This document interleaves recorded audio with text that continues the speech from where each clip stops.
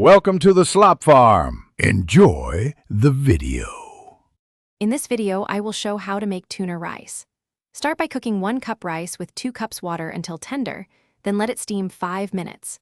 Flake 1 can tuna and set aside while you saute 1 small onion with 1 clove garlic in 1 tablespoon oil until soft. Stir rice and tuna together with 2 tablespoons soy sauce, a squeeze of lemon, and chopped scallions for freshness. In this video, I will show how to make tuna rice. Rinse 1 cup rice until water runs clear and measure 2 cups water for cooking. Drain 1 can tuna and chop 1 small onion and 1 clove garlic finely.